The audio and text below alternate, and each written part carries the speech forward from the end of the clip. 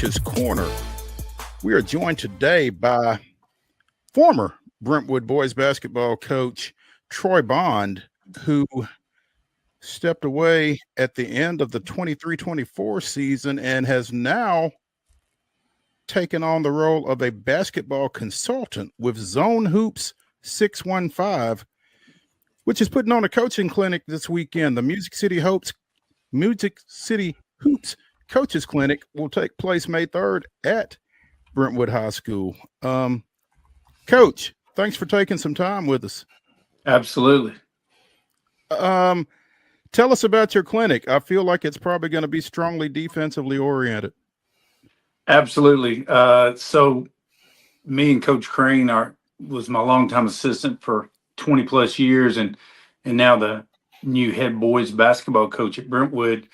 Had always kind of talked about our defense and the different things that we had done over the years. And when I got out, one of the things I wanted to do to kind of keep me still around the game was to do some basketball consulting and kind of be able to go out and share ideas and help mentor, young coaches and old coaches alike, and kind of give them some insight on the defense. And I got to do that this fall, in this winter.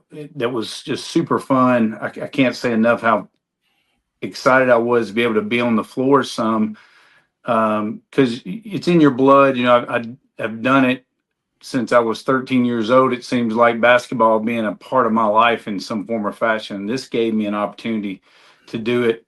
And so me and Coach Crane had passed around the ideas and thought about and kind of got feelers out to kind of see what people thought as far as having an actual clinic here at Brentwood. And I talked to Mr. Caudill and the athletic department, and they worked it out where we could do it, and just excited to be able to go and share with fellow coaches.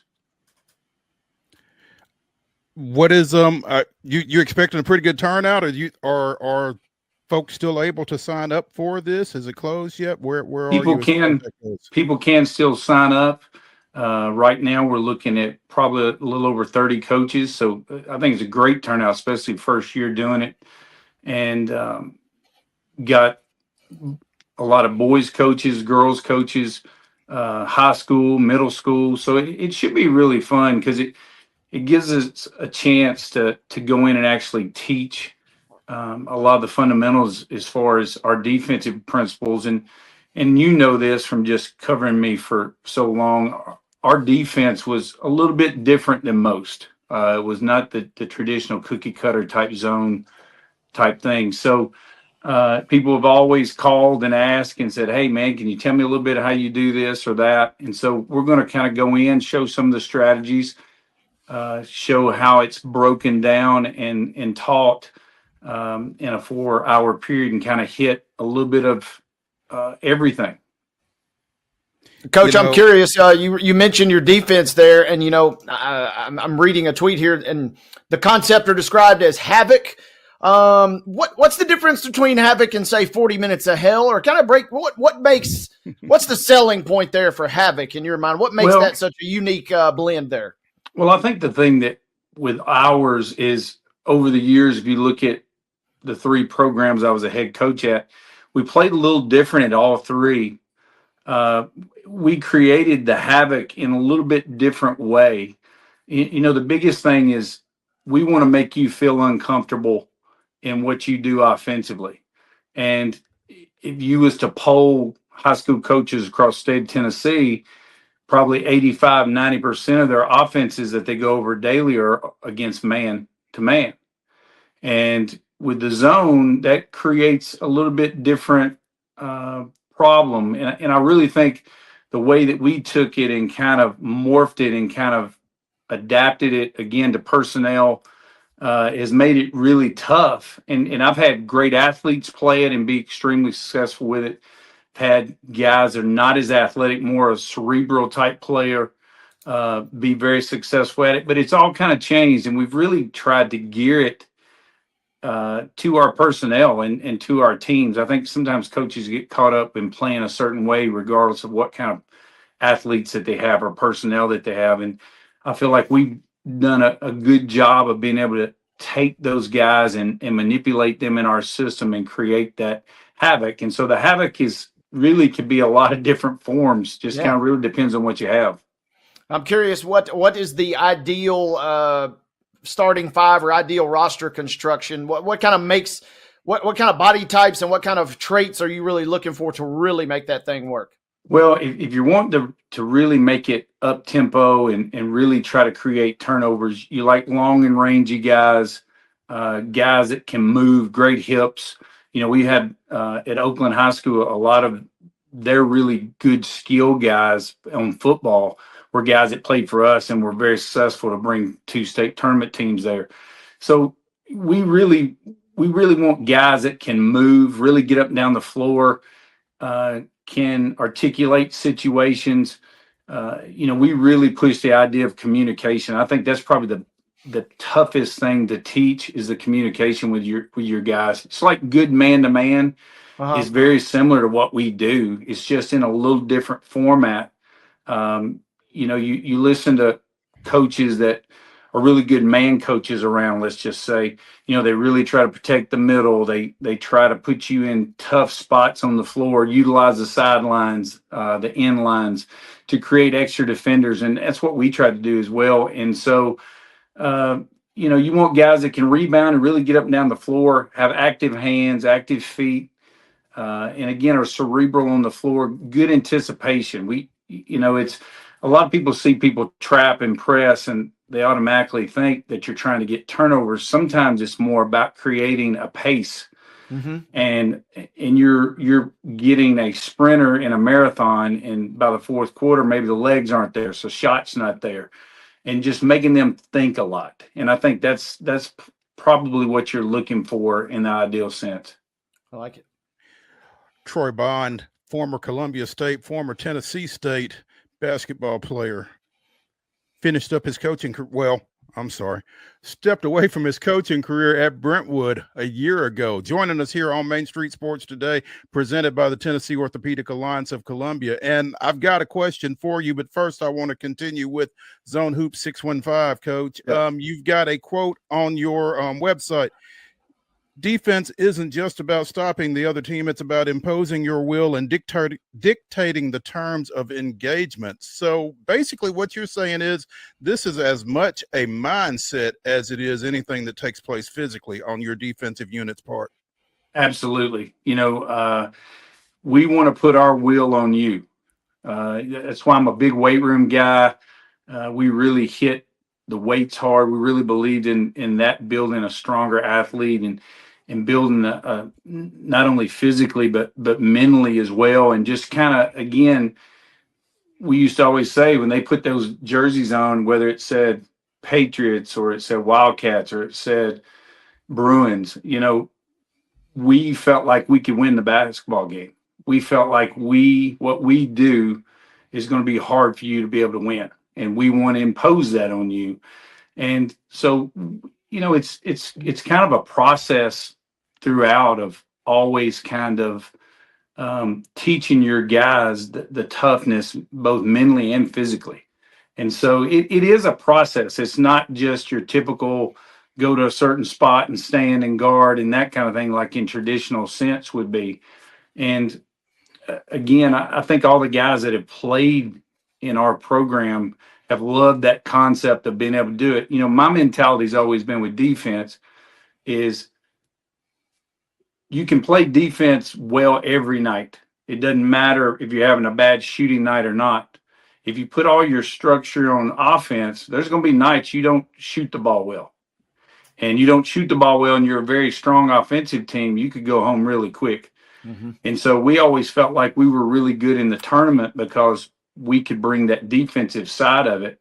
And really the aspect too, going back to, you asked the question about what's the ideal, you know, we want guys that can create opportunities either off rebounds or steals and turn it into points. You know, our good teams that were athletic were probably scoring 35% of our points in transition off of turnovers or off rebounds and that kind of thing. Troy, where did you develop your defensive philosophy? Well, it's funny. People always laugh because as a player, I really was more offensive minded in high school. And then my first year at Columbia State, I was very offensive minded. Lewis Connor came in my sophomore year. Coach Connor came from Marshall County and had some great players there, Jason Lane Maxwell and all these guys. And he was very much a defensive guy. And so he really kind of taught me how to play good man-to-man defense. And then after I got out, I started coaching with Randall Hutto, and he did some zone stuff, but it was a little bit more traditional. And so just over time, I just kind of started kind of playing with it and creating some different things. Jim Nolner at White's Creek, that was so good with their 1-2-2 trap. I always loved it. And so I took some ideas kind of from that a little bit and applied. And it's just like anything else, all coaches kind of steal from each other in a way here and there, and they kind of incorporate their own personality. I always feel like that was a success for me with my teams, is always put my personality into my programs. And so just kind of, it's really a smorgasbord of different coaches that I've kind of just taken different things that I liked. My high school coach, Hester Gibbs, really taught me how to be a tough individual on the floor, how to really, again, kind of impose my will physically in a lot of ways. And, that sticks with me even now today. And so it's kind of morphed as it's grown, to be honest. I'm always fascinated, Troy, by coaches, when they get out or when they step away from the game. Yeah. When you go to a basketball game now, are you a fan or are you a coach? Are you looking for something to steal to, take back to a clinic? Are you looking for something to stick in your pocket in case you get the itch again, or are you just watching the game? Well, I love to be a fan. Really the first time I've ever got an opportunity to do it, which I've loved. I came to a lot of Brentwood's games this year to see them play, support my guy, Troy Crane, that's, been, again, my right-hand man for so long. Obviously as a coach, you're always there kind of coaching in a sense, kind of like, well, I don't understand why he's doing that. Or I bet this happens when they score another bucket. He's probably calling a timeout. Or, you kind of play armchair quarterback, I guess. But it's been really fun to kind of do that. And it's been fun to go and work with some of these programs too, with my consultation, to watch other people practice and watch other things that they do. Because there's so many different ways that you can coach basketball and be successful and be really good at it. So it's been fun. I think you're always, if you're a coach, you're a coach. But I think also the idea of being a fan is super fun as well. Coach, simple question: will there be any offense discussed in any capacity at this camp, or is this a defensive roll up your sleeves and get ready to go type deal? Well, we actually will talk about some offense, especially about like transition and things like that. We'll transition some out of some of the traps and the zones, and talk about how we really want to keep the floor spread. We'll definitely hit it. It's not just defensive only. We're going to talk about a lot of strategies. Preparing for practices, preparing for games, game prep, what you're looking for, and when you're scouting, some different things. We'll kind of break it up a little bit. It won't be all just defense, but it is geared that way, and but everything will kind of bump out of that. Hey, real quick, Mo, Coach, while we got you, and I guess backtrack a little to defense, as you watch maybe these NBA playoffs, are you whether it's NBA, college, are you kind of picking a thing or two here, picking a thing or two there? And I'm curious, at the NBA level, is there a team in your mind that has kind of got some defensive concepts kind of locked in right now? Well, right now, defensively, I don't love the NBA a lot. Okay. This is when they play defense, though, Coach. This is the playoffs. That's true. But like a few years back, the Heat team that won it, I really liked them. I thought they really guarded you. I think you go back to the Spurs, they really guarded you. I think when it's all said and done, the better defensive team will win, just for the fact of if everybody has their guys now that can score. Yeah. I think the teams that play better defense on a regular basis, again, based on bad shooting nights and everything else in 7-game series, will win. And so I really liked, the NCAA tournament, getting to watch. I probably got more out of that because your shot clock is a little bit longer. It's the game is a little bit different in how they share it. It's not so quick shot based.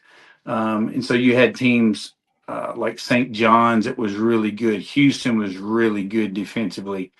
Auburn and Tennessee, I mean, really good. So you love watching how they guard, especially on ball, because a lot of my concepts, is going to involve being on the ball. And when you're away from it, again, a lot of man type principles. So I'm always loving to watch games and pick things up for sure. Any chance we're going to see Troy Bond on another sideline at some point? I mean, it's not like you're an old guy. No, I'm definitely not old, but I was blessed to have the opportunity to be able to come back here at Brentwood and be able to teach. It's an amazing school. Like I say, Mr. Caudill is incredible to work for. I had spent 32 years on the sideline in some form or fashion, 23 as a head coach.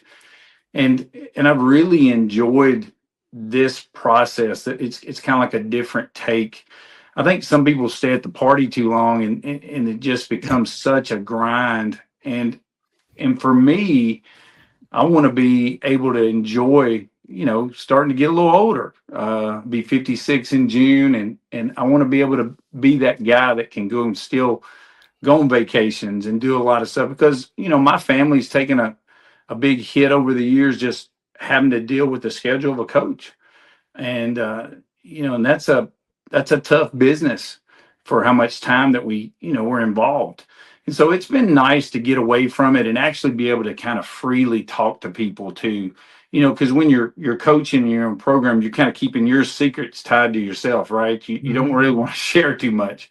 And so this has been really good to be able to kind of really help me socially, just even interact with coaches and kind of get to know some coaches on a personal level more so than an adversary or somebody, I'm going against.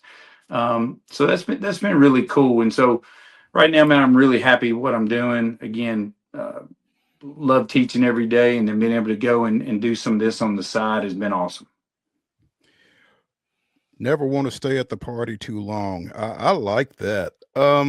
Troy Bond of Zone Hoops 615 joining us here on Coach's Corner on Main Street Sports today. The Music City Hoops Coaches Clinic will take place Saturday from 8 a.m. to 12 noon at Brentwood High School.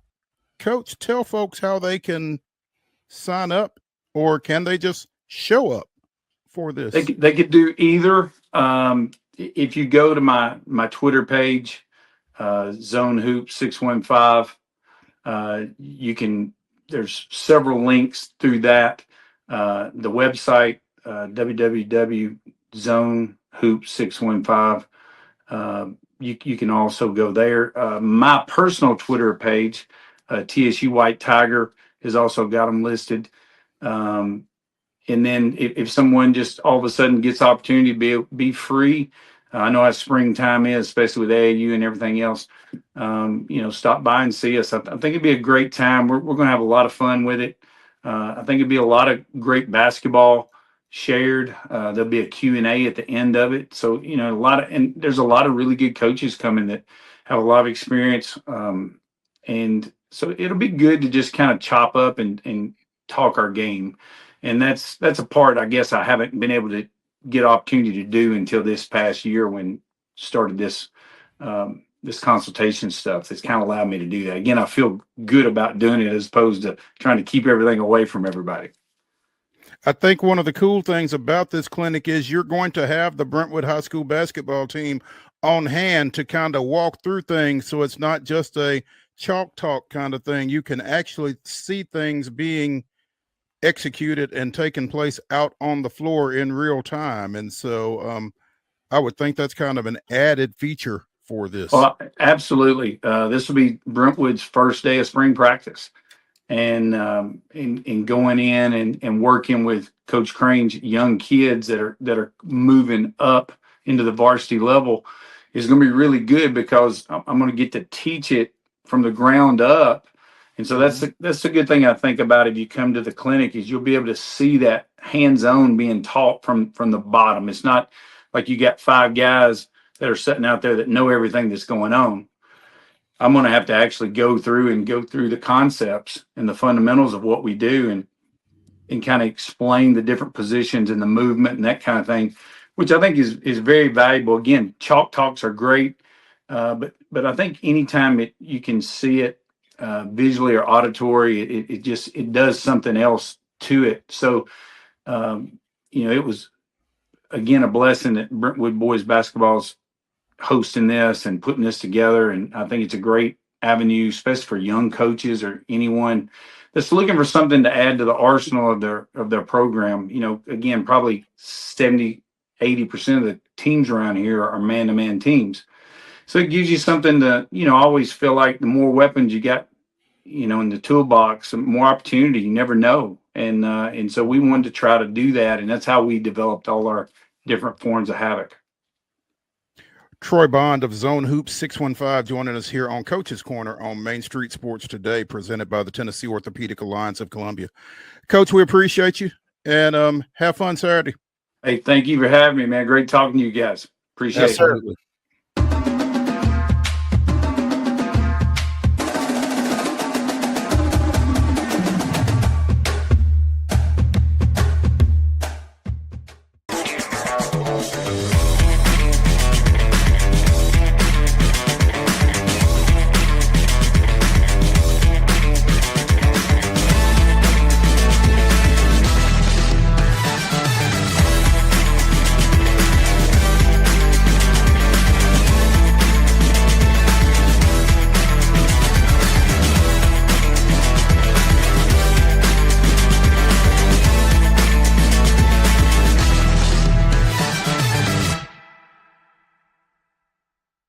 Deep in a forest at Nashville Zoo, new creatures here for you to view. Phantoms graced in black and white swing high in trees of dappled light. In rocky crags, tall and steep, small antelopes with nimble feet. A wise old man with beard of white, a sentry perched on stony height. Amidst it all, a hunter lies, with coat of gold and steely eyes. A new adventure just for you.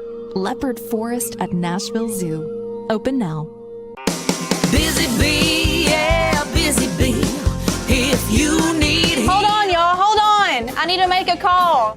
Hey, this is Brianna with Busy Bee. I'm giving you a call to let you know your technician is on his way. 3-3. Bee, oh, busy bee. Guys, not yet. Not yet. Busy bee, oh, Now busy I'm ready, bee. guys. Call 775-7833. Custom Stone Handlers supplies over 600 distributors and suppliers with quality stone products. Along with Riverstone, we produce and distribute over 100 building, landscape, and other bulk products. Our goal is to provide quality products, service, and partnerships to ensure our customers' success. We firmly believe the measure of any person or company is how you treat other people and customers. Give them a call at 931-490-4990 or visit CustomStoneHandlers.com. As we visit with Creekwood softball coach Nancy Jackson, the Redhawks getting set for a sectional matchup up at Portland tomorrow as they continue on the road, dropping a tough region championship matchup down at McNary Central yesterday, 4-0. Coach, thanks for joining us, and congratulations on the season to this point. I guess that's the best thing about the region finals is that regardless, you've got at least one more game. Yes, sir. Thank you for having me. Yeah, the Wednesday game's not nearly as stressful as the Monday and Friday game, for sure. And this is a situation you guys have been in before, as we were saying in the first segment. You guys are, pretty perennial state tournament contenders at this point. It's nice to kind of have that experience to fall back on, whether you go on the road or whether you're at home, I guess, at this point of the season. Yes, it's very we went last year, so these girls were all we didn't have to travel last year. We had to travel a pretty good ways yesterday, which it's hard to get off a bus ride of 2 hours and 20 minutes and play, but they played hard and I was proud of them, but we came up short yesterday. So Yeah, you guys haven't come up short often. That game, if the information that I have is accurate, that broke a 9-game win streak for you all. It sounds like you all have been rolling pretty well. yeah, we've been doing well in the postseason thus far. McNary's got a really good pitcher. She's really, really good. And we knew that going in. We actually faced them on Monday last year and won 1-0. So we knew it was going to be tough. So That is so much the name of the game. It feels like in this sport, if you've got a stud in the circle, you can really do some damage. And like you said, getting off the bus after a 2-hour plus drive and then facing that kind of talent in the circle, it's not Yes. easy. It's not easy, but we live to see another day. So, Coach, what was the immediate message then to your team? I'm always fascinated by coaches in these scenarios where you're in a region championship, and yes, that's important, but you still have that other game to play, and that in a lot of regards is the most important game. So Yeah. kind of what was your message to the team after, as you guys try and put that loss behind you and turn right around for tomorrow? well, first thing I told them was I have 7 seniors that are graduating today. So that's another thing that we deal with every year. But I said, okay, so we're going to go enjoy tomorrow. We will prepare. And they announced on the announcer at the game, announced who we'd be playing before we ever even got to look. But they said, we're going to Portland. I said, okay, we're going to Portland. Portland was in our district a couple of years ago. We are familiar with the field, familiar with the drive. We'll enjoy graduation tomorrow. We will look at this as an experience, and hopefully we will get to play. If McNary makes it to state and we make it state, we'll get to have a rematch, and we'll just grow from that. I said this game doesn't do anything as far as our end goal. So Absolutely. And I'm always curious inside the minds of coaches' heads. How do you manage that, especially with a senior-laden group? We see that some years, some teams, they just absolutely check out for whatever reason. How do you kind of approach keeping everybody motivated? we love them a lot. We try to give them a lot of love. I sent them a message this morning. I said, happy graduation day to my favorite girls. And because it's hard, it's hard losing them but I want to spend one more week with them. I really, really want to spend one more week with them. So it is hard every year. It's very hard. Spring sports, you have to deal with prom. You have to deal with graduation. You have to go to graduation parties. You have to deal with senior nights. And, there's a lot of emotions that these girls go through. And they're good emotions. They're great emotions. They're great for growing. And they grow up a lot over time. And I'm very, very proud of them. Regardless of the outcome of our season, I'm proud of the young ladies they become. Nancy Jackson, Creekwood softball coach, joining us here on Main Street Sports today, presented by the Tennessee Orthopedic Alliance of Columbia on Coach's Corner. Coach, it's a lot of emotion. It's also a lot of distraction, I would imagine. It's a lot of distraction. and you don't, you kind of want to strike a balance. Yes. Between you want to make it not be a big deal, but it's a big deal when you've got kids that are worried about getting back to graduation or getting back to graduation exercise practice, or making sure they graduate and all that other stuff.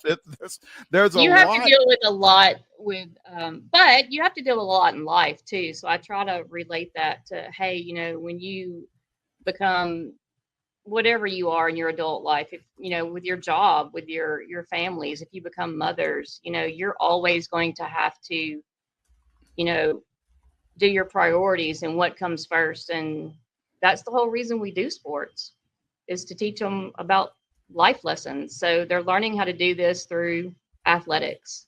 And I think that's why I love high school athletics, is because it teaches them in an atmosphere that is not detrimental to their future, how to deal with things. Yes, it's softball, but it's more than softball. It's teaching them a lot about life. So we just go day by day, game by game, event by event. I've had girls that have had to go to banquets and hey coach, can I leave practice 30 minutes early? I've got to go accept this award. Yes, honey, go do what you need to do.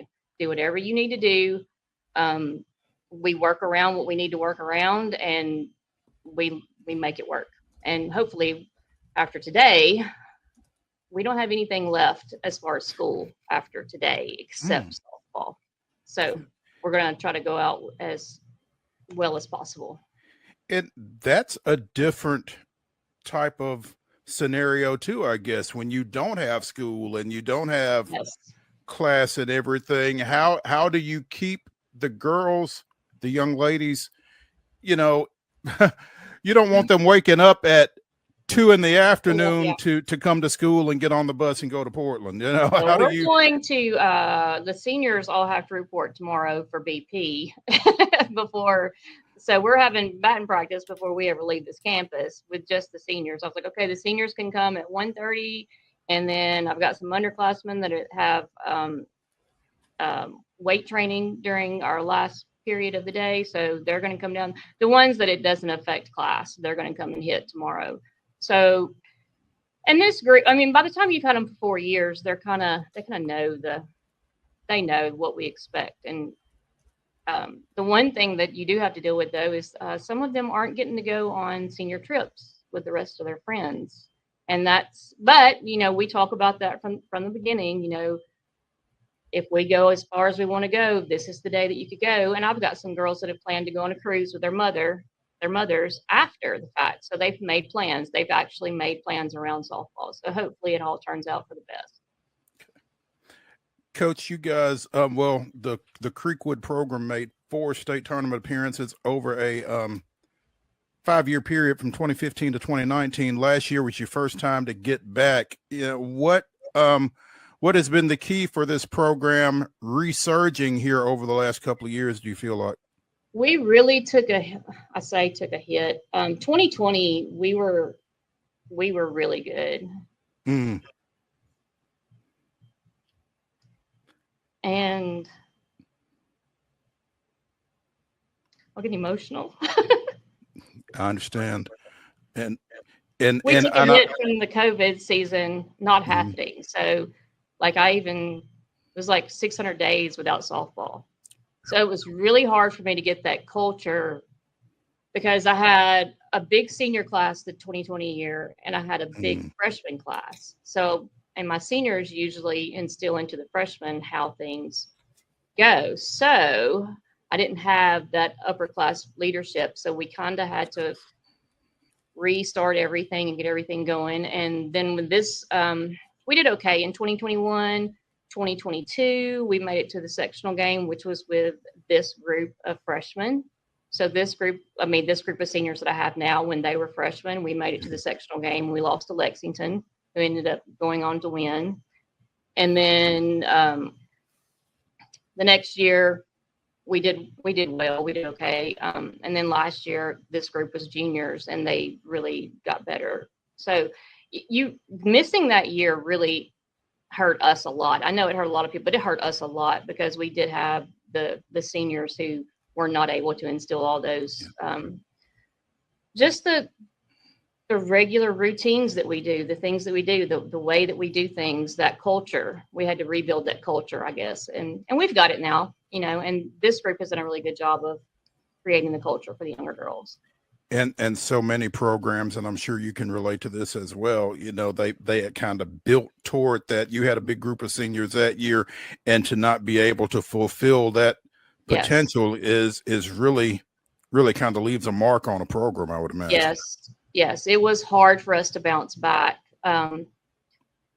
because, like I said, I was going to be really senior heavy and really freshman heavy that year. And so by the time I got those freshmen on the field, they were sophomores. And then I had to rely on sophomores who had zero experience. So, but we made it and we learned from it and it was all good. So. How do you keep it in perspective or put it into perspective for these young ladies who did, you know, have some success at the state tournament last year before you guys do fall to the eventual state champs, but you got a couple nice wins. How do you put into perspective, hey, just because we had that run last year, it's not given that we'll get back, especially as you approach this one game scenario you face tomorrow?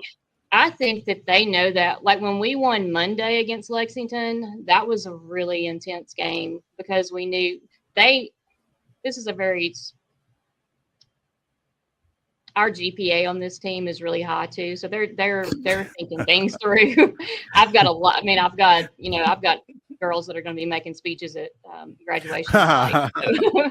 So, so they're analyzing, they're looking at things. They knew the importance of Monday. They also knew that yesterday wasn't going to break them either. So which I wish they would have, they wanted to win. I'm not going to say they didn't want to win, but they knew, they know what, they look at it. They look in all aspects. They're scouting just as much as I am right now. They were like, where can I watch them? What's this? What's this girl do? So they're highly intelligent young ladies on and off the softball field. So, which has its pluses and its minuses. Yes, it does. Yes, it does. Yes, it does. When you have as many seniors as you have, Coach, I mean, you love that experience when you've got it, but at the same time, like you were saying about the 2020 team, you're gonna have a lot of holes next year. And little I don't guess there's my middle school team is competing. One of our feeder schools is competing in the state tournament today, and they won this morning, so they will be in the championship game tomorrow. So we do have some youngsters that that'll fall in, and we hope will continue the tradition here because Charlotte Middle School is one of our feeder schools, and that, like I said, they played this morning and won 14-1. So we look, yes, a little shout out to my middle school girls. So, you don't want to juggle things. I mean, you want to put the best team on the field you can put out there, but when you look up and you say, okay, she's gone and she's gone, and I guess it could get a little bit depressing when you look at it. Yeah, it does. But that's the fun part of it. That's why I say I always love, because in high school, you take what you get and you do the very best you can with it. And we will utilize March and April next year to figure out who needs to be where and try to make another run. We never say, oh, this is a rebuild year. Yeah, it is a rebuild year, but we're going to try to rebuild by the time it's tournament time. So that's our focus. And we will take our fall practice and we will do the very best we can there, and we'll do some inter squads and see who's got the ability to do things. So it's kind of fun too. That's the fun part of it. Who are some of the folks that you're kind of built around, Coach? Well, obviously Elizabeth Martin, Lipscomb Sani. She is my pitcher, and she is one of my big hitters. She missed her sophomore year. She had a back injury, so she missed her entire softball season her sophomore year, but she's solid in the circle. She does well. She's not a strikeout. I mean, she strikes people out, but she's more of a ground ball. She gets a lot of ground balls, which is really useful because my Kendall Bryant, my shortstop, but I think both of those girls made All-State last year. They're both really, really competitive young ladies. Kendall's not going to play in the collegiate world by choice. She's going to go to Ole Miss and go to school. And I'm sure that when they figure out what she can do, because she is a 4-sport athlete.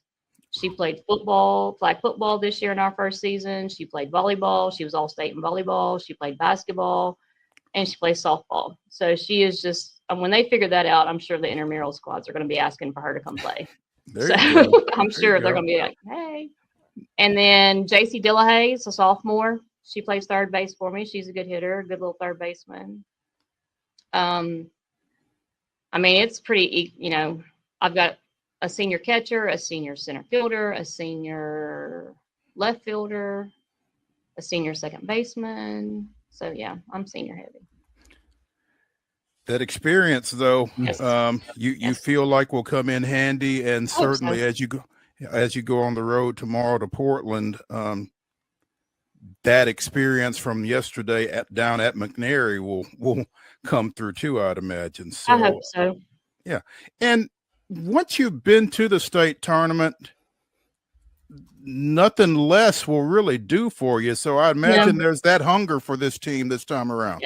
Yes. That's been the goal since we wrapped up last year, is to getting there is the hard part. Once you get there, it's kind of, it's kind of a reset. And okay, let's reset. It's an equal playing field now. Everybody's got to show up and play. So getting there is always difficult. And I've been coaching for a long time. And some years you may lost the Monday game, I've lost the Wednesday game, I've lost the Friday game, and I've won all three of them.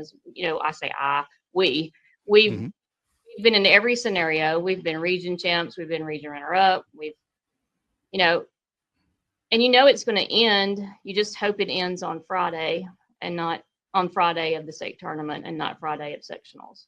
So. Nancy Jackson, Creekwood softball coach, joining us here on Coach's Corner on Main Street Sports Today, presented by the Tennessee Orthopedic Alliance of Columbia. Coach, really appreciate you taking some time with us this afternoon, and good luck to y'all tomorrow on the road. And thank you so much. Look forward to seeing you over there. Absolutely. Thank you.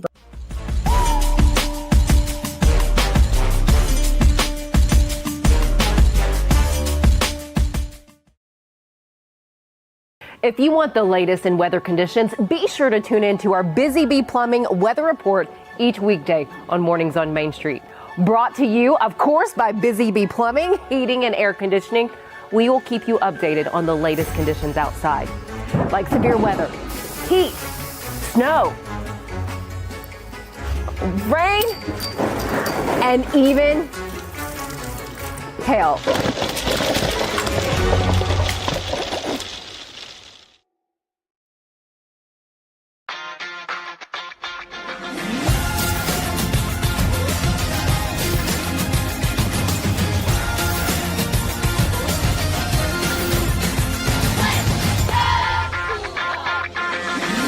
Zion Christian Academy at zioneagles.org or 931-388-7531. You can schedule your appointment to visit their beautiful campus. Again, zioneagles.org or 931-7531 to schedule your visit today.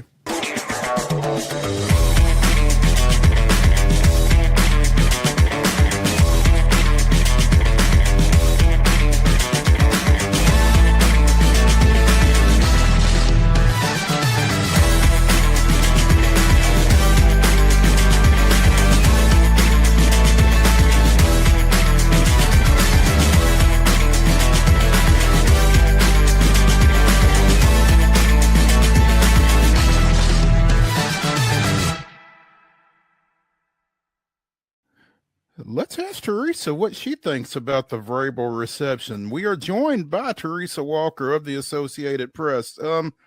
Teresa, thank you for coming on with us. As we were mentioning, the Patriots come to town week 7, I guess, October 19th.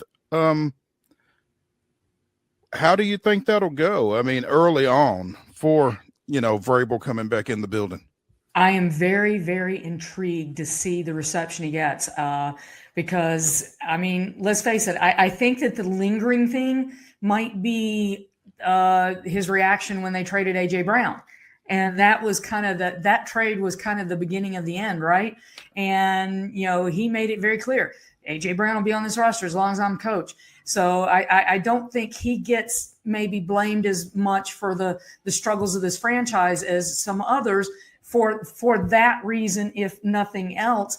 And, they were successful, the whole run the dang ball thing and everything. So, and outfoxing Belichick at Foxborough and things like that. So I think there are some good memories, but it was funny to see the Titans schedule release call that melancholy for that week. So it's going to be very interesting.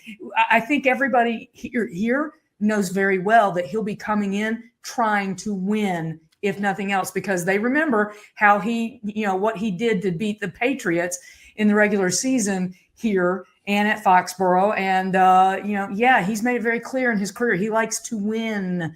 So that's what I'm expecting is the Titans better have their stuff on point, because they're going to come in here looking to embarrass the Titans as much as possible. And it'll be up to Brian Callahan and we presume Cam Ward at that point to make sure it doesn't happen that way. Besides that, to me, and maybe this is just a function of a 3-14 team, That's a pretty nondescript schedule to me. Well, it is. I mean, you don't have, I mean, the glamour team, you do have Kansas City coming in here in December. So that's a glam team, Patrick Mahomes, baby. And bring back those memories of, I remember his social media handle, Blues Clues, Joshua Kalu blocking that field goal and to preserve the win. So it's like they've had some great battles over the years, and they've also been absolutely thumped like a redheaded stepchild. So it's like that'll be interesting. Hey, easy on redheaded stepchildren. Come on. I have a redheaded child, so there you go. But you've got the Chargers. I mean, you've got imposter syndrome, Houston. It's not a great, sexy schedule. Let's be honest. I mean, New Orleans. I mean, hey, maybe it's Will Levis starting against his old team in the final home game of the year. Maybe. I mean, because they'll have had a chance to see through off-season program, training camp, and by the end of August, they'll be figuring out just how they look at quarterback. So, and for everybody wanting the Titans to trade Will Levis, he's got the most experience in that room. It's not great experience, 26 combined turnovers last year alone. Yeah. But I am curious to see if he can learn and grow in his second year in Brian Callahan's offense, right? That's the advantage he's got over Cam Ward. And he brings competition because, let's be honest, they trade away Will Levis right now. You really think Brandon Allen is going to push Cam Ward for the job? So you want that competition. So, but you're right. It's not a sexy schedule, but, that part of it is they play in the AFC South, what was it for the Colts? It was hoof and mouth disease. So and jock itch for the Jaguars. I mean, that says so much. And don't forget diarrhea for the Browns as well. Just that was a nice little shout out as well. That one was subtle. I really like the side effects. That was really a well done video. They kind of ran it back last year, going back to Broadway, but they. No offense to the people who love Minecraft, but I like the inventiveness of the play off of the pharmaceutical ad. So that was good. But that's the problem. And for the people complaining, Cam Ward, he's being dissed. He's the first quarterback, yada yada, who's not gotten a primetime game. Well, let's not forget, it's just in recent years that they've gone away from each team got a primetime game. And how many times have we seen the Titans shoved into Thursday night against the Jaguars, the Star Trek uniforms? And it's a rite of passage. Exactly. I mean, even the 97 then Tennessee Oilers had to go to play the Thursday night game at Cincinnati when Corey Dillon ran all over Greg Williams' defense. So, that's the reason, they don't have that requirement. Every team must get a primetime game. That's gone. And I dare say it's a good thing. Teresa Walker coming in hot here on Main Street Sports Today, presented by the Tennessee Orthopedic Alliance of Columbia. Hopefully, Teresa gets unfrozen here. Wade, can you still hear me? Yeah, I got you. Okay. All right. You guys are talking about it, by the way. The Titans went 3-14 last year. I don't want a sexy schedule. I don't want the Chiefs coming to town. Yeah. I don't want that. And I do like the aspect of Ward getting to face some top competition. I respect that, and I do see that.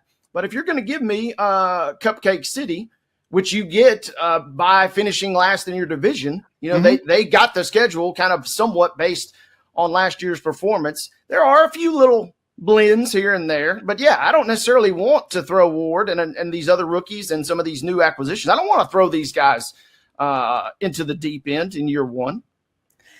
Well, and that's the thing. It's not an easy start. I mean, let's not, going to Denver to open, that's a playoff team last year. Going to the Rams that are hosting the Rams, I'm sorry. And then 4 of the first 6 are on the road. So that's tough enough as it is. But it's why the NFL does not, for all this talk of a draft lottery for the NFL, no, they don't need it. They've got schedule strength and things like that. And there's so much a bigger roster and things like that come into play to make it tougher to tank like people think you can do. Sometimes in the case of the Titans, you can just be bad. And, but if they can take this schedule and improve, There are 5 late afternoon games. And guess what? The flex schedule allows, if they play good and they're surprising people and, win more than 6 games and look like they could contend for a playoff spot or the AFC South, which is their best and easiest way in, then guess what? Networks will come calling because they'll want to put Cam Ward on primetime TV. And that's where the NFL, in doing flex scheduling as long as they do through the end of the season, gives them a chance. But guys, 5 late afternoon slots, that's 2 to 4 games usually in that window. They will get eyeballs. Yeah, pseudo prime time. Yes, Wade, because that's going to be better than having a ton of noon games. So they will have some national audiences that are bigger than what they'll normally draw for the noon window. So they'll have a chance, and go play, win some games. You'll get the attention you want. They'll get the attention, and it might be more attention than they want. Worst case scenario. So, I mean, be careful what you ask for, maybe.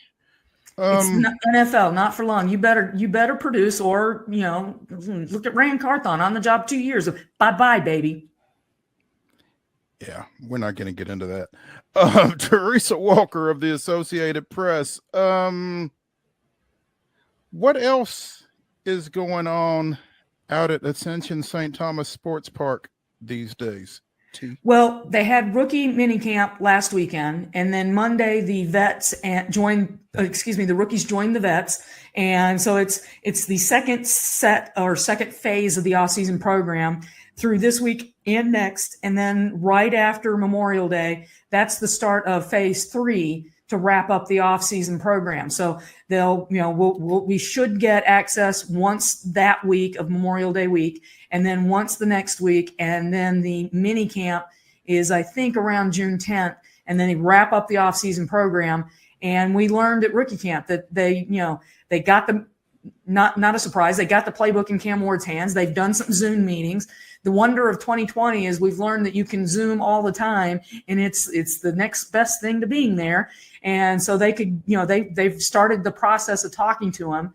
They signed as an undrafted Xavier Restrepo to help, be that face that he knows and has instant chemistry with from Miami. So now the fun part was I can't wait for a couple weeks when we get to see, because you got to see, I know people got excited. Ooh, he's throwing the ball. It's rookie minicamp. It's against air, guys. There's no defenders really.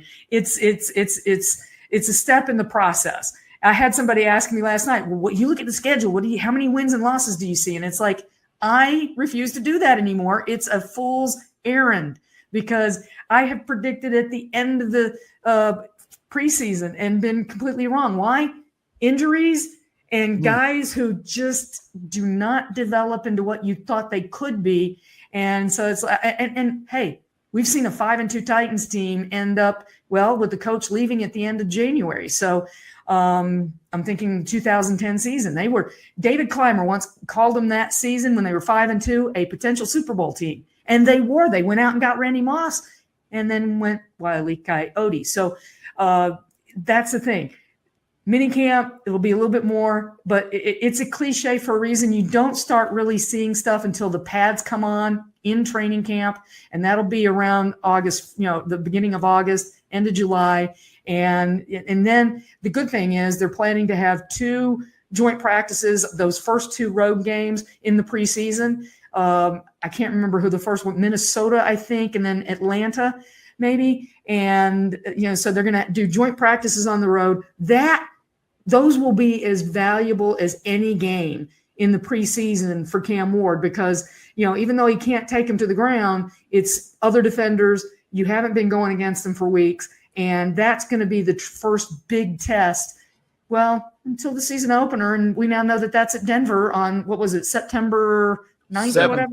7th. Okay, thank you. I wrote it down. Hey, Teresa, are there any last moves that the Titans still can make, whether that's bringing somebody in or seeing somebody go out the door in your mind, or is everything kind of injury based at this point?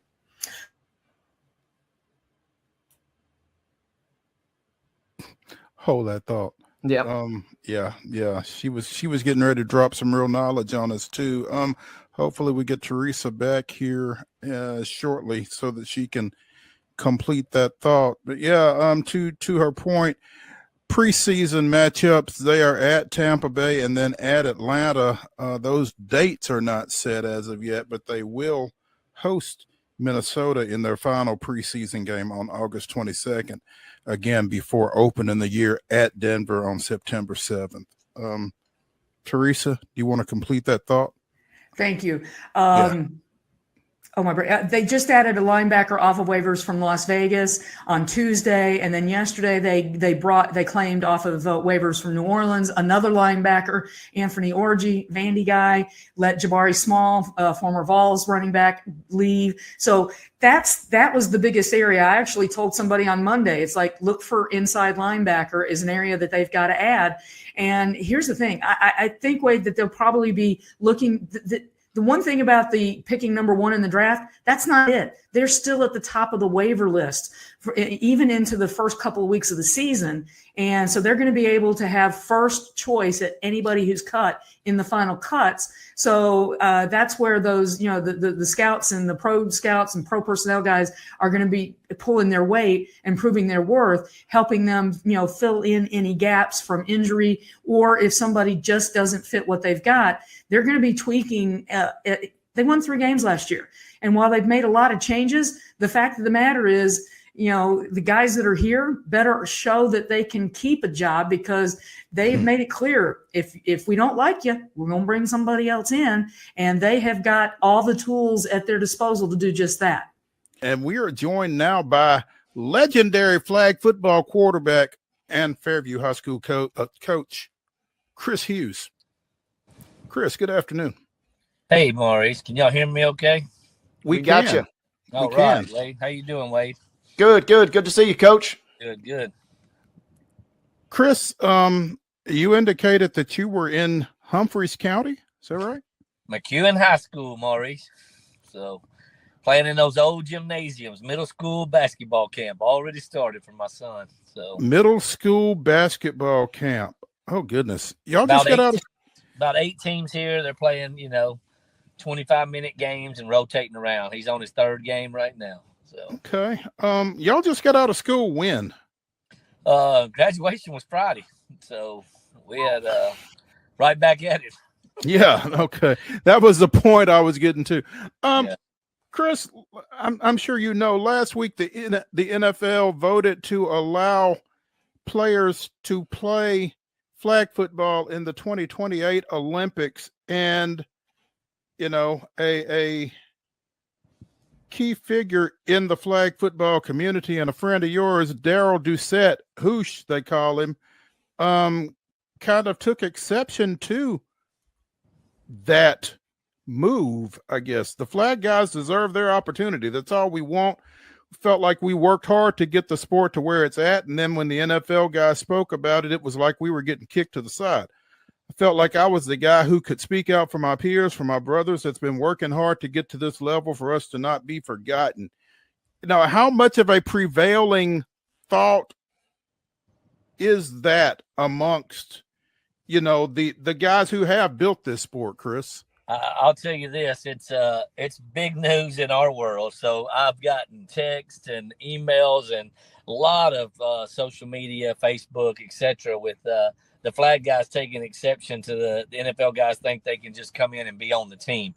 There's a process you have to go through, and Hoosh is one, if not the best, most elite flag players in the world. I would compare him to the NFL to someone like Tyreek Hill. But he can throw as well as run. So his fast, quick twitch is just unreal, Maurice. If you ever see that guy play, it's a different level. And we've had the Joes versus the pros, but it wasn't current pros. It was pros that were out of the game. And Hoosh and them beat them convincingly twice.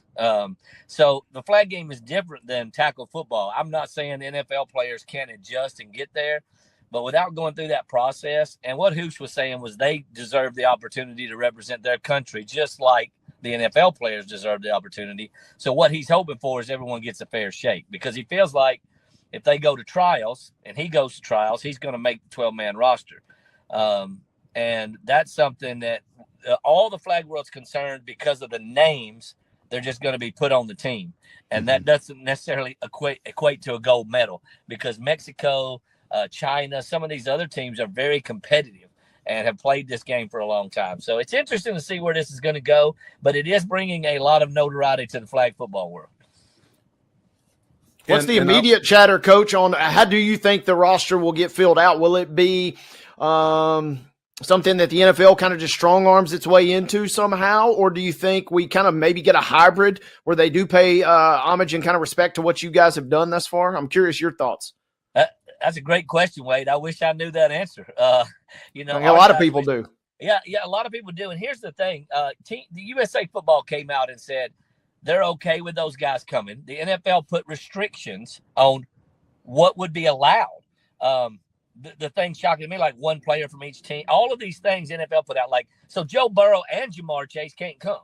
But here's the thing, that person has to be willing to go to trials, training camp, international games, and then play. That's a lot of commitment for an NFL guy who already has to go to off-season training, OTA, the things that the NFL requires. So they do want to win that gold medal, and I understand it. I want to see how many actually will follow through with all they have to do it. What I think we're making is a lot of noise about nothing, because I don't think that commitment's going to be there. So unless USA Football decides we're going to let Patrick Mahomes play because he's Patrick Mahomes, he don't have to go through the process, then that changes everything. But right now, the NFL saying they can go to all that as long as USA Flag makes the dates not conflict with the NFL dates. And that's what's trying to be worked out right now with the leadership of USA Football. That's going to be interesting, because aren't the Olympics going to be in the fall? When have the dates been set? 2028. But I mean, when? Well, the Olympics are going to be taking place right before NFL training camp, Maury. So the flag football portion will happen. I think it's a week before, maybe 2 weeks before, but they have to go to trials and all that, which is going to back up too. NFL guy gets done with his season. He's not trying to go out and go to all these these guys go to Thailand, Portugal, China. Right now, I'm going to one in LA in the middle of June, an international games. I'm coaching the 23U women's team. That's Team USA. And those are requirements for the people on Team USA. They have to be at those events. That's how they get their cohesiveness and their practice to play in the Olympics. So I'm interested to see how it goes. I do think, Wade, the best scenario is the best 12. I don't care if it's all pro or all I just think it's going to be hard. We've got some guys, Pablo Smith, Hoosh Doucette. I can go through a list of flag guys that I think can play with any of those NFL guys. Now, are there some NFL guys that can play with any of the flag guys? Absolutely. So once they get in there, boy, finding somebody to coach that team, make sure there's a good mix. And I think USA has good coaches, but they got to find that mixture, and then they've got to gel it together, because the worst thing that could happen is for them to put either of those in and somebody doesn't win the gold. That is a disaster. That's what I was just getting ready to say, Coach. Without the personal connection we have with you as just a good old-fashioned red-blooded American, I want whatever would give us the best chance to win the gold. I don't necessarily care who it is. So if you roll out 12 flag pros that I don't necessarily know their names, I'm okay with that if that means that we're going to have the best shot to win. If you also roll out 12 NFL guys and that maybe gives you the best shot to win, I'm cool with that too. So that's why I'm kind of curious on how this thing will kind of get eventually made up. Well, and one of the things I think hurt us with the Pro Flag League was the fact we didn't have pro names attached. So I do think attaching a few of those pros with those guys brings some – I'm going to be honest. Even one really big name draws attention. So I think they need an NFL guy just to make that so exciting people are wanting to watch it.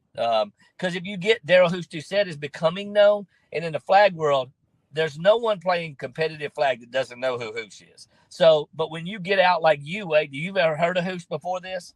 Not before this, but now I want to know, after looking at his Wikipedia, I want to know how cold he was at Xavier University in Louisiana playing intramurals. I can imagine he was putting up Madden numbers on the intramural fields down there in New Orleans. He's killing everything, and he's such a dynamic player and such a good guy. His team won the $1 million in the U.S. Open in 2018. He was a baggage person at the airport before that. Now he is a full-time flag football. I mean, that he's paid money to go around and play at these places. He's the face of flag football right now. Kind of like Benita Crouch is for Team USA Women. They've been around a long time. They've been playing. I've been playing against Hoosh since he was 18 years old, played with a team called Quick Strike out of Louisiana, and we used to spank them all the time. And then Hoosh became the quarterback, and they started a team called Fighting Cancer and rolled off about 7 years where they didn't lose a game. So he's come so far, and he's such a good guy. And those things, here's the thing. He was at the Pro Bowl with those guys playing in that little all-star thing they did. And those guys fed off him. They wanted his knowledge. They wanted him on their team. So it's one of those things. I think there's a happy medium here. I don't think the NFL should count this like we're going to be on the team because my name is this. Right. And I don't think those flag guys need to think just because you've been working all this time, somebody better comes along. Somebody better comes for you and Maurice's job. Y'all might be doing something else next week. So same with me.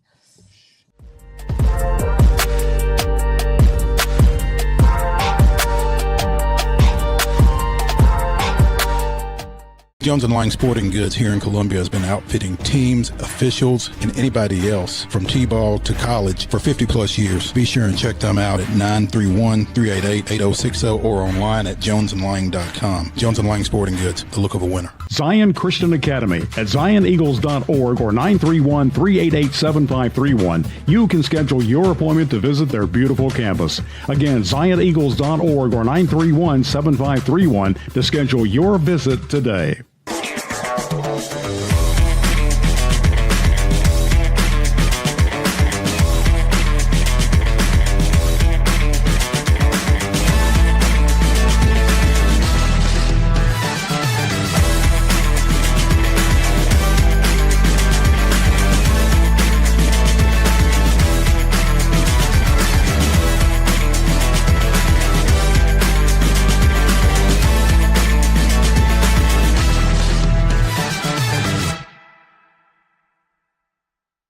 Custom Stone Handlers supplies over 600 distributors and suppliers with quality stone products. Along with Riverstone, we produce and distribute over 100 building, landscape, and other bulk products. Our goal is to provide quality products, service, and partnerships to ensure our customers' success. We firmly believe the measure of any person or company is how you treat other people and customers. Give them a call at 931-490-4990 or visit CustomStoneHandlers.com. Piggly Wiggly, located in Neely's Mill Shopping Center, is Columbia's locally owned and operated Cost Plus 10 grocery store dedicated to serving the community with low prices and smiling faces. Piggly Wiggly offers fresh, hand-cut meats daily as well as daily hot plate lunches from their deli counter. You're certain to see smiling faces and a helping hand when you're here at Piggly Wiggly. Come by and check out our fresh produce, high-quality meats, and more. Down home, down the street, we'll see you at the Pig. It's time for Coach's Corner as we visit with Richie Estep, coach of the two-time defending or two-time reigning at this point Division 2A state champion Bulldogs. Back-to-back, 3 since his arrival at his alma mater to go with the Class A title back in 2018. And if you missed that championship game, find it on NFHS or YouTube or wherever, because it was a thriller. 7 state championships to go with his 4 out at Goodpasture prior to returning to his alma mater. Richie Estep joining us. Coach, good afternoon. Good afternoon. Can you hear me? We can. Okay. Yeah. Appreciate you taking some time with us. I figured you might be out mowing the outfield grass or something today, but congratulations, first of all. I appreciate it. It's tiresome. It's a grind, but we don't have any rest. We've had tryouts this week for middle school and high school and elementary baseball camp. We call it Camp with the Champs this week. So it's a little easier to do it, I guess, when you win it, but we have definitely stayed busy. Camp with the Champs. Not everybody gets to call theirs that. Mm-hmm. So I like the way you're kind of capitalizing on that success. As you pointed out last week when we talked, 73 wins in 2 seasons, 37-6 last year. 36-5 this time around, and that kind of 2-year run. I mean, unless you're Farragut or Eagleville, that's kind of tough to put together. I mean, it is. This group has been amazing. Last year we told them, like, just be you. Usually, if we just go and play 7 innings, we're going to win. But it's a special group, and 73 wins. We told them to leave your legacy, and have teams want you to follow you, but make it hard for teams to follow that. And I think that it definitely will. I can remember going to, I think it was a region championship or state 12 a couple years ago when we got put out early in the season. I thought we were close maybe to winning or like getting that far or making a run.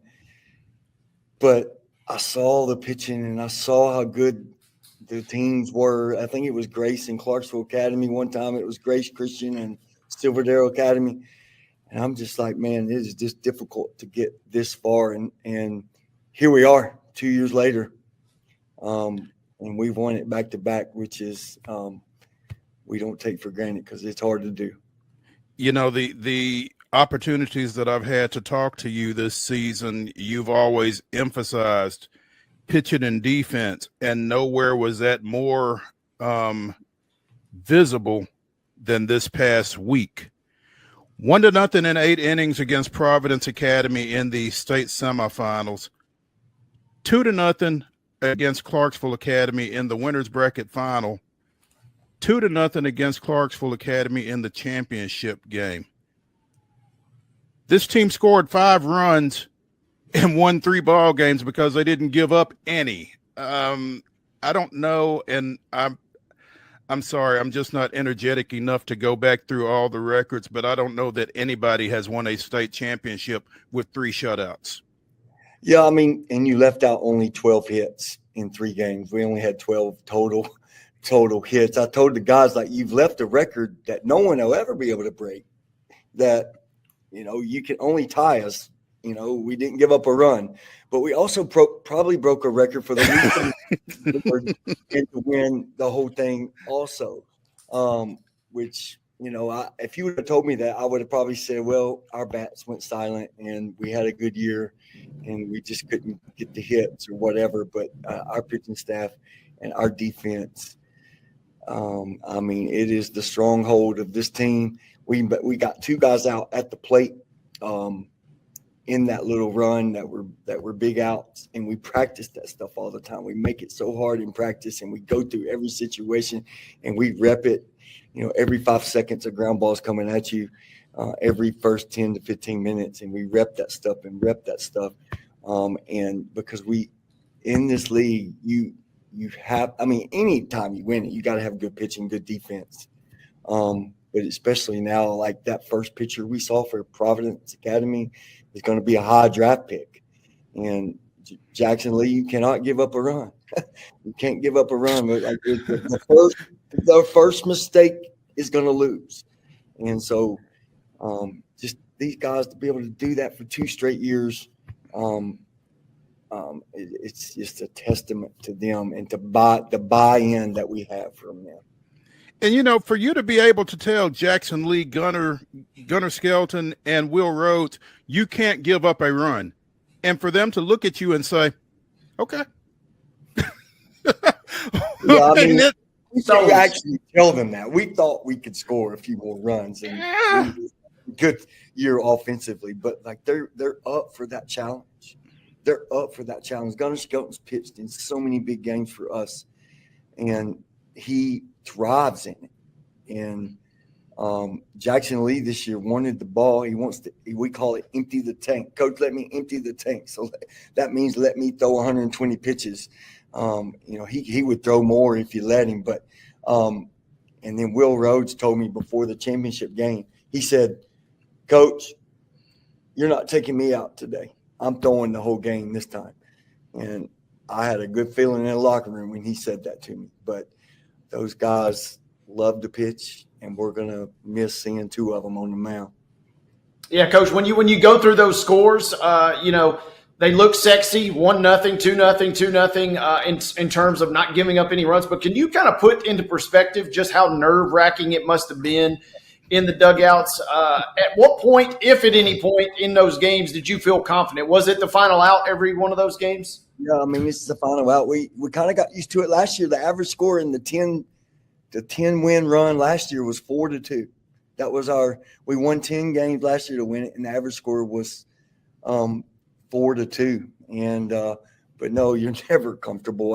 That last inning in the champ game, I was sitting there thinking, I was telling Coach Knox, I was like, he's going to make me make a decision. There's going to be a couple runners on, and the meat of the order's coming up, and he's going to make me put in a pitcher or say, it's yours. And luckily that didn't happen. But I don't know. There's something about this group that we were just confident that we were going to find a way to win. And baseball, at some point, something doesn't go your way, or a hop, or you don't get the hit, you hit everything right at them, and something just goes wrong. But this group, it never did. So, but no, it is nerve-wracking, stressful, as it can be, because you don't want to make the wrong call. You don't want to get in the way. You just want them to win the game.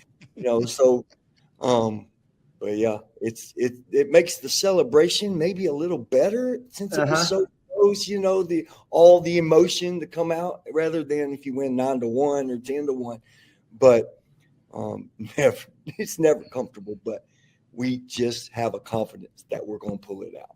You obviously had the success last year, and you knew this was a talented group, but I always love asking championship coaches and teams, what was the moment, or was there a key moment in the season where, you knew you had a great squad, but you knew that that things were clicking and really they maybe took it to an even higher level? Was there a moment, and if so, when was that for you guys? Yeah. I mean, early on, I didn't know if they were up for the challenge. Our scrimmages were bad. Our practices were bad.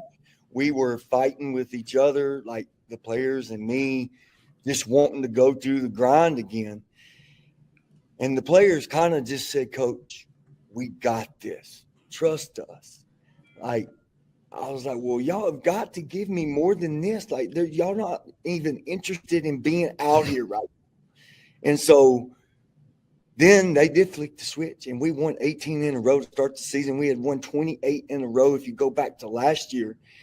And we played some good teams in Gulf Shores. And our schedule, I guess, early in the year was tough. And I was worried going 500. You can ask my family and ask some coaches. I was just like, I just hope we go 500 because it's tough. And all they did, we just kept winning, and we won 18 in a row. I never won 18 in a row to start the season because the schedule's usually tough.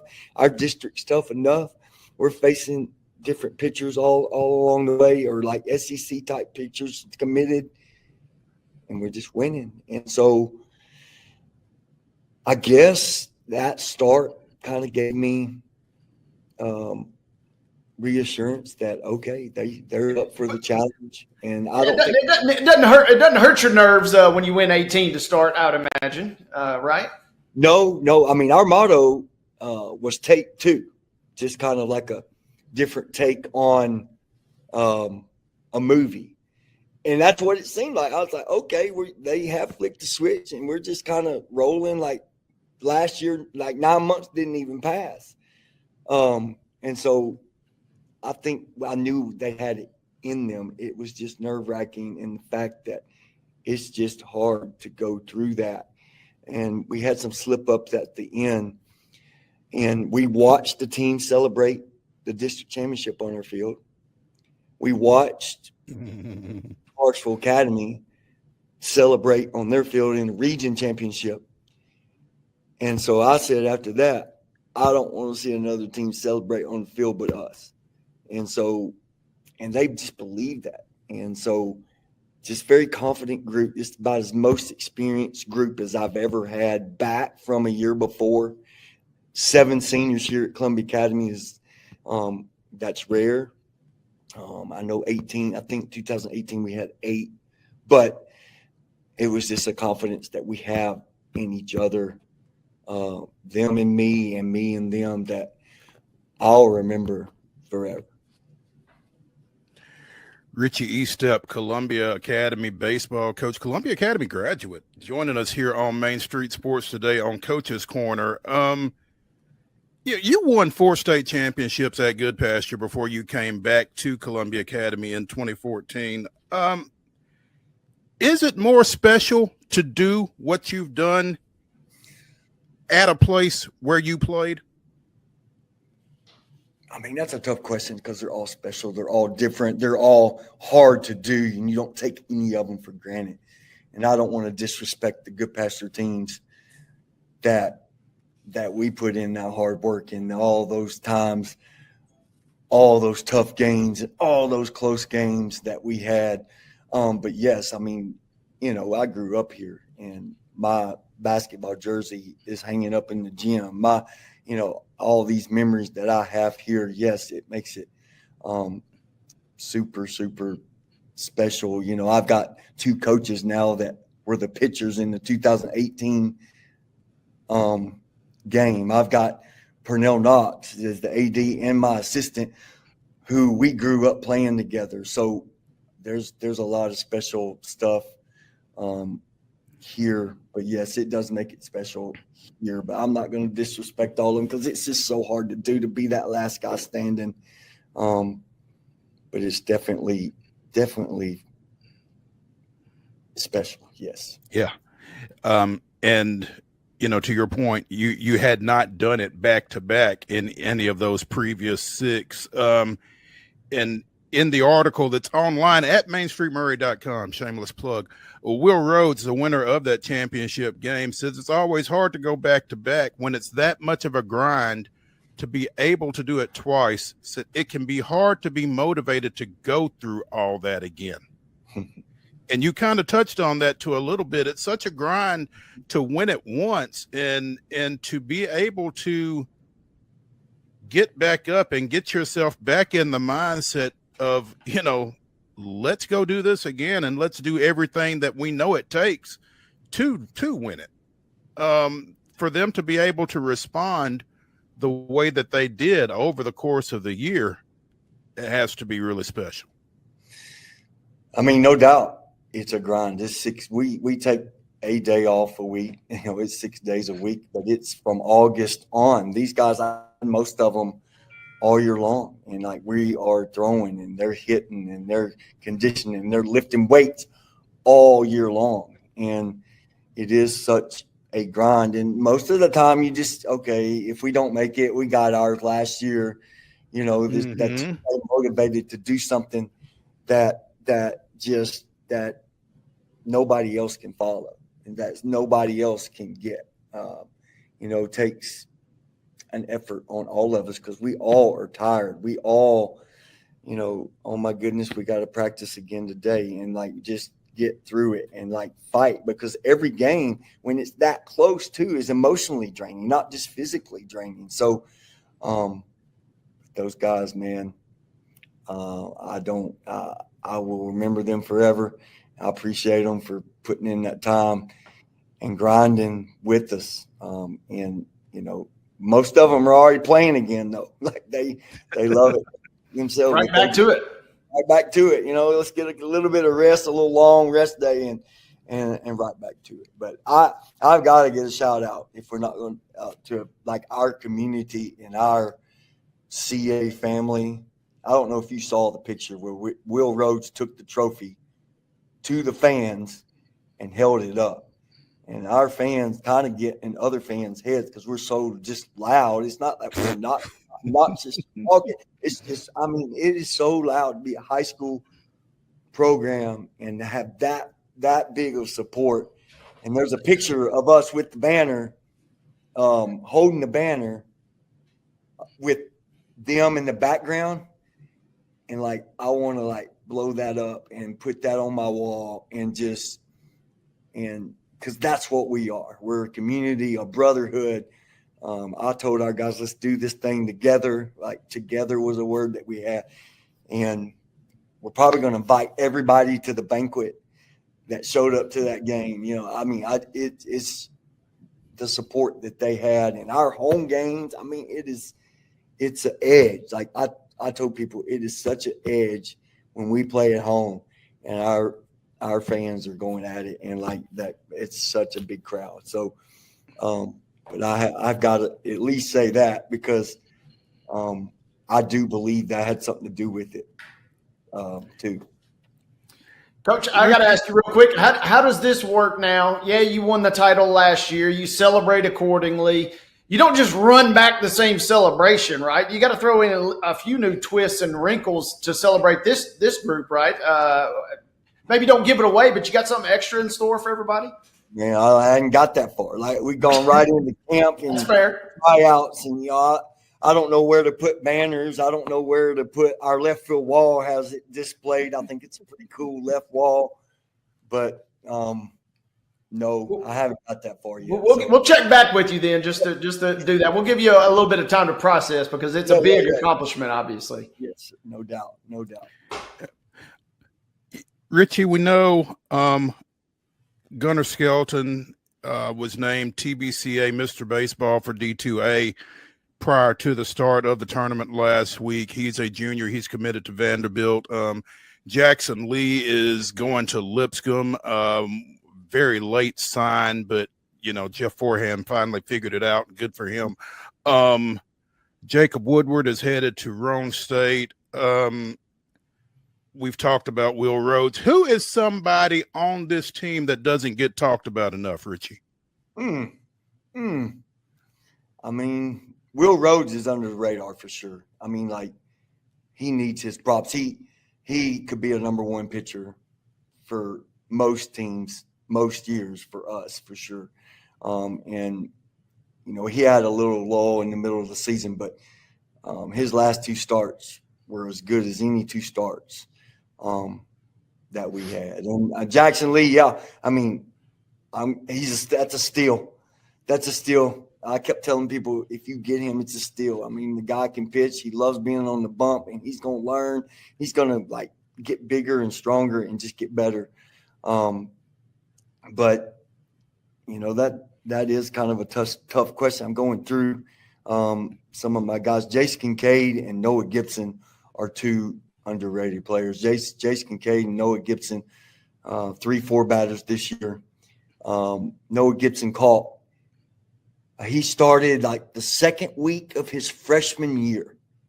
I think second or third week, he got the starting job. And I bet he caught every game from that inning on except maybe one. And for 3.5 years. And, he is a bulldog back there. And, like, next year we're going to say, oh, my goodness, where's Noah Gibson? And he hit for us really well. But Jace Kincaid made some plays in the state tournament that he made look easy that aren't easy, from the back foot in the hole. Like one play at the plate in the state championship game that we all were yelling one, and he tells us, Coach, I saw him go back to the bag and hesitate. I knew I had him. So those two definitely need their props. And I got to give Briar Helton too. Briar Helton is our other senior and has 2 torn labrums in his hips. And he was born with it. And wasn't sure he was going to get to play. Playing all year. And that guy gets big hit after big hit after big hit. He's the toughest kid that I know, and he can't have surgery on both hips at the same time. Each one will take half a year to recover, and he's going to have to start on that soon. But I don't know many that could have done what he did and play a full season. And me telling him down the stretch, you have to play second base. You're my best guy. You only got a few games left. Can you do it? I don't want to injure you, but man, he's the toughest guy I know. And who caught the final out, Richie? Runner at first, ground ball to Gunner. Yep, Briar Helton. Yep, that was so fitting. I told him it was fitting that those two made the last out. But yes, he deserves that for sure because he wasn't sure he was going to play. There was a point in our season, Briar Helton came in my office and said, "Coach, I don't think I can do this." And we just said, "Look, go home, think about it. We want you on this team." And he did. And we're glad he did. I'm sure he is too. Richie Estep, 7-time state champion, 2-time back-to-back at Columbia Academy, joining us here on Coach's Corner on Main Street Sports Today, presented by the Tennessee Orthopedic Alliance of Columbia. Richie, appreciate your time. Congratulations. Take a couple of breaths, man, before you get back out there to your camp or to your grass or whatever it is you're doing. But again, we appreciate you and congrats. Appreciate you guys. Thank you very much. Thank you, Coach.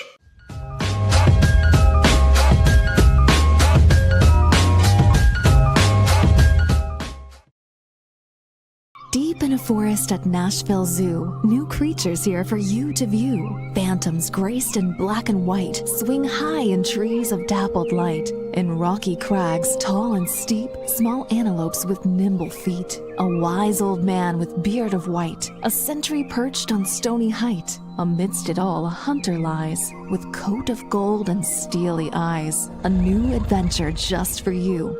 Leopard Forest at Nashville Zoo. Open now.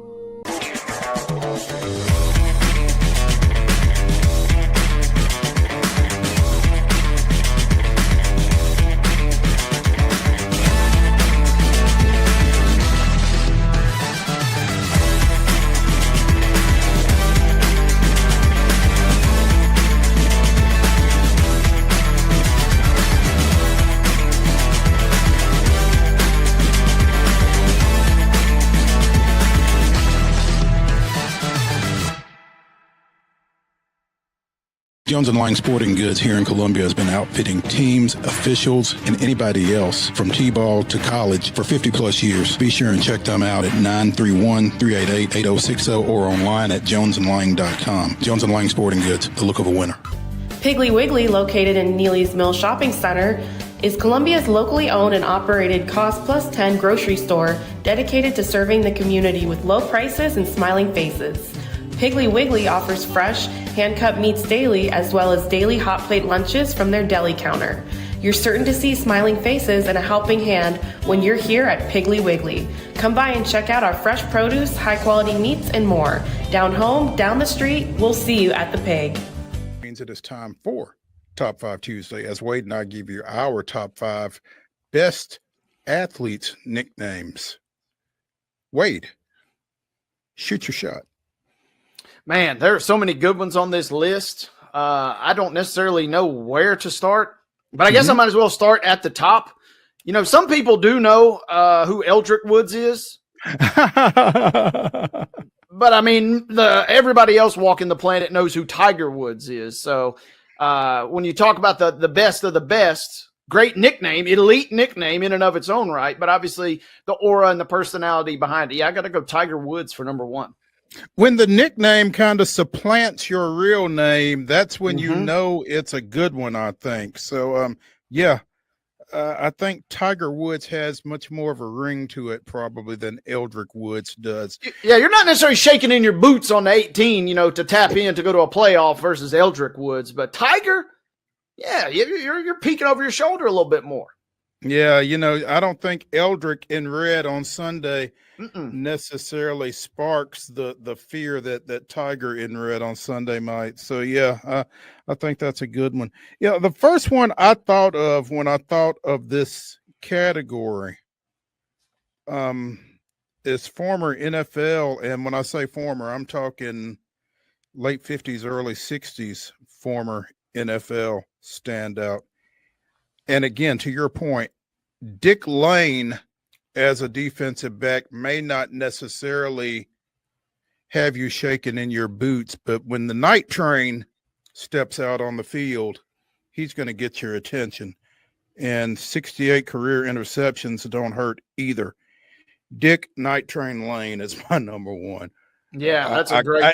As a defensive back, I'm not sure that there is there aren't many better nicknames. Kind of lets you know what he's there for. Absolutely. That one was on the list, and that is a good pull. Man, there are so many good ones on here. I don't know necessarily. There really are. I don't know where I'm going to go, but I will pick this one just because this guy's got a couple nicknames. Larry Legend kind of rolls off the tongue. That's all well and good, but the Hick from French Lick, I mean, come on. That kind of taps into everything, and it's just got the element of humor. So give me Larry Bird with not Larry Legend, but the Hick from French Lick is right up there for me. Although Larry Legend is not bad. That's not a bad nickname to turn down, right? I mean, the fact you could turn that one down tells you how good we're talking about this guy being. Yeah. The Hick from French Lick. I mean, there's no one who doesn't know who you're talking about when you say that. So yeah. My number 2 is an amazingly simple one. And if you knew me, you probably knew that this was going to show up unless Wade had somehow grabbed it. They call him the Hammer. Hammer and Hank Aaron is my number 2. And I mean, I just think that's probably as obvious as anything out there. So I knew that would be 1 or 2 for you, and I wanted to let you have the stage. I could have, if this Schadenfreude wouldn't be worth it in the long run. So we good. Yeah, I mean, what else? I mean, you said it best. When you say the name, you say the nickname, boom. I mean, you immediately know who you're talking about. You immediately know the greatness that unfolded. Absolutely. Number 3, sir. Number 3 for me, man, I'm going to go all over the place, but my number 3, and I didn't necessarily remember or realize this was his nickname, but Apollo Creed, the Count of Monte Fisto. And that's a boxing reference for anybody gets off the wall here. But the Count of Monte Fisto, as good as it gets. I mean, this was a guy that was as much of a showman as much as he was as a world-class champion boxer. But give me Apollo Creed with the Count of Monte Fisto, number 3. The Count of Monte Fisto. I like it. You know, this may or may not necessarily be PC in today's climate, but I'm going to do it anyway because it never fails that whenever I come across this guy's highlights on the socials, I have to stop and watch. White Chocolate, Jason Williams, just a wizard with the basketball. So entertaining, so good. And I still, I'm still amazed at the fact that Jason Williams and Randy Moss played on the same high school basketball team. Just a good old boy. I would have spent money. I would have paid money to watch those guys play at the high school level for sure. But yeah, give me White Chocolate, Jason Williams. As good as it gets, man. Him and Chris Webber, some of the formative years, my basketball watching on those great Kings teams in the late 90s, early 2000s. Still robbed. Well, shout out to Tim Donaghy, wherever he is these days. So. Number 4 for me, we talk about the XFL a little bit still on this show and in this day and age. But, I mean, when you think of the XFL, you think of one person in particular. You think of Rod Smart. No, you don't think of Rod Smart. You think of No, you don't think of Rod Smart. He Hate Me, the greatest sports nickname to ever come out of the XFL. Really, one of the greatest things ever to come out of the XFL. Give me He Hate Me at number 4. Former Western Kentucky football player. He Hate Me. Yeah. You know, we don't give Western too much credit on this show, but yeah, that's a great one. I have to give credit where credit is due, and the round mound of Rebound, and I just blew it up. But yeah, I mean, we probably could have come up with a top 5 Charles Barkley nicknames, but that one there, and I just saw some highlight clips of him the other day. Some of the things that he did in the NBA at his size were pretty amazing. Fantastically gifted athlete, again, for his size. Give me the round mound of Rebound at number 4. Iconic nickname, iconic personality still to this day. No doubt. Savor the flavor, folks. We only got a couple more weeks of Inside the NBA in its current iteration. So enjoy that for what it's worth. Last one for me. Man, there are so many good names still on the list, but I got to take the Nigerian Nightmare, Christian Okoye. If you played Tecmo Bowl, yeah, Christian, he made an all-pro team. And, he was a second year Pro Bowler.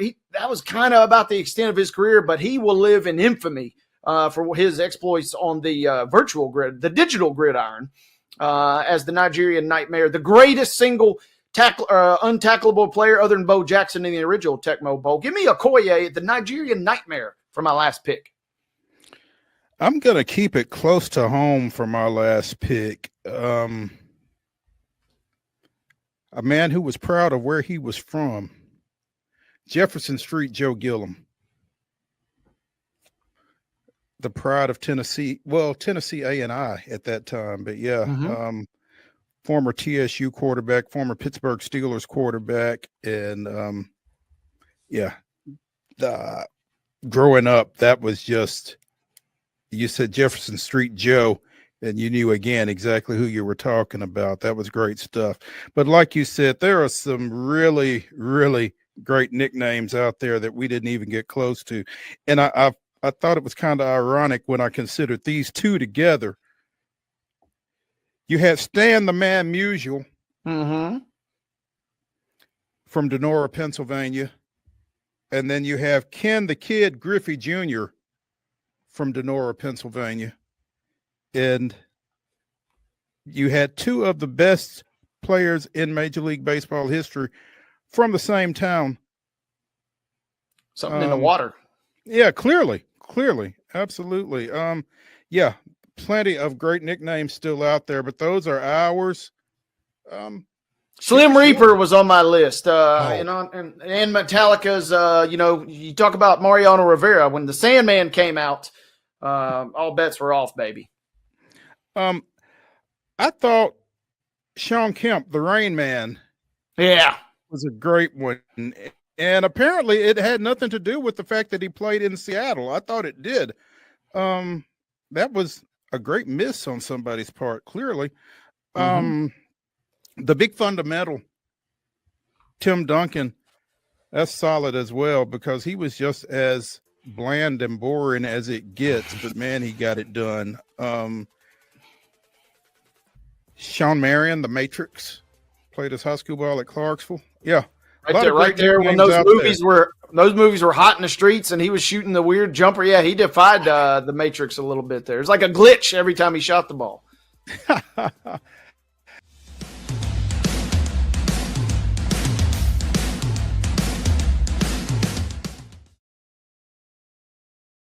Being in Tennessee, we wanted to try to keep it as local as possible, so we have an entire section of our menu that is just dedicated to local whiskeys like Uncle Nearest, Jack Daniels, of course, George Dickel, Nelson Brothers, Greenbrier whiskey, and all of our taps are all local. From 2 o'clock until midnight, we've got food every day for you guys.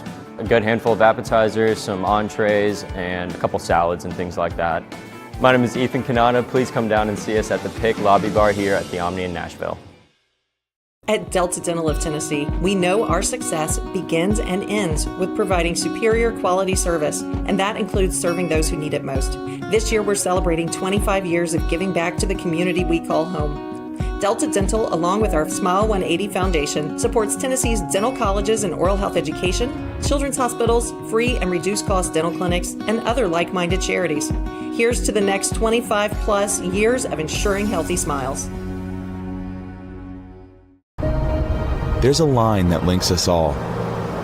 Most of the time, we don't even think about it, but it's everywhere. Illuminating our neighborhoods, empowering our businesses, and helping us to recharge. Whether it comes from our grids, the sun, or a kind heart, we believe in the power of good energy. And as your family and region continue to grow, you can trust that we'll always be there for you. Middle Tennessee Electric, bringing good energy. Top 5 Tuesday, as Wade and I give you our top 5 in some category. It might be sports related. It might not be. Today, it is not. It is our top 5 cartoon/animated characters. And I'm not real sure exactly what it was where this idea germinated for me, but we're going to have some fun with it. So, Wade, start things off. Man, give me Bugs Bunny right off the rip. About as classic as it gets. My man Bugs, he's been doing it for a long time, invented in the 30s, and he's still pretty solid. Maybe doesn't quite have the panache he did in the 80s and 90s, but my man can still get it. Bugs Bunny, very versatile animated character. Fantastic. He's one of my all-time faves. You know, Chip kind of stole my thunder a little bit there in the 3 o'clock segment, but Foghorn Leghorn was always a favorite of mine growing up, and the Southern accent and everything else, I guess it just kind of resonated, but kind of a bigger than life type figure on the farmyard. Foghorn Leghorn is my number one. Tough go ahead. Tough to, I mean, anybody from Looney Tunes is great, but yeah, he was a classic character. Yeah, for sure. Your number 2, Wade? Number 2 for me, let's jump a little more modern, but I mean, Woody from Toy Story, one of the great movies, kind of my youth, and I could have gone Buzz Lightyear. You know, I understand if you want to go Buzz Lightyear, but get me Woody, voiced by Tom Hanks. The guy is as good as it gets. He can get you in a little bit of trouble, but he knows how to get you out of a little bit of trouble too. I love me some Woody, and I'll take him with number 2. My number 2, and I don't watch the show a whole lot, but the clip of Stewie Griffin as, you know, shakedown artist after winning a bet from Brian on Family Guy. Where's my money? Just makes me laugh to the point of tears. Stewie Griffin is my number 2, and you owe it to yourself to go and find that clip. Stewie and Brian, where's my money? Google that. Thank you. He is solid. Seth MacFarlane doesn't miss very often, and he certainly doesn't miss with Family Guy and Stewie. Number of great characters there, but yeah, he's a good pull. You kind of went into the modern era on network TV. I'm right there with you because I'm going Homer Simpson, number 3. My man, he's an everyday man. I mean, and okay, yeah, he falls asleep at the job. Yeah, he drinks every night, but he loves his family, and he'll get you in just enough wild situations that you kind of just can't help but chuckle at him. Give me Homer Simpson, number 3. Dope. Yeah, absolutely. My number 3, and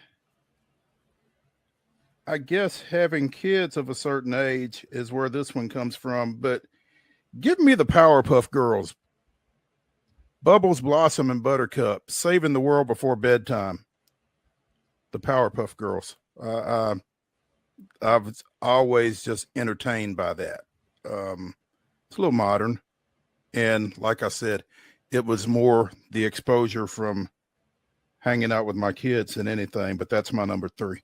That's where I think a lot of folks, a lot of older, young adults or old adults alike. I mean, that's where you pick it up, right? You don't seek the content out; it just comes to you organically. Absolutely. That's why Bluey is a phenomenon for a lot of and Peppa Pig. Yeah, that don't really fit the immediate criteria.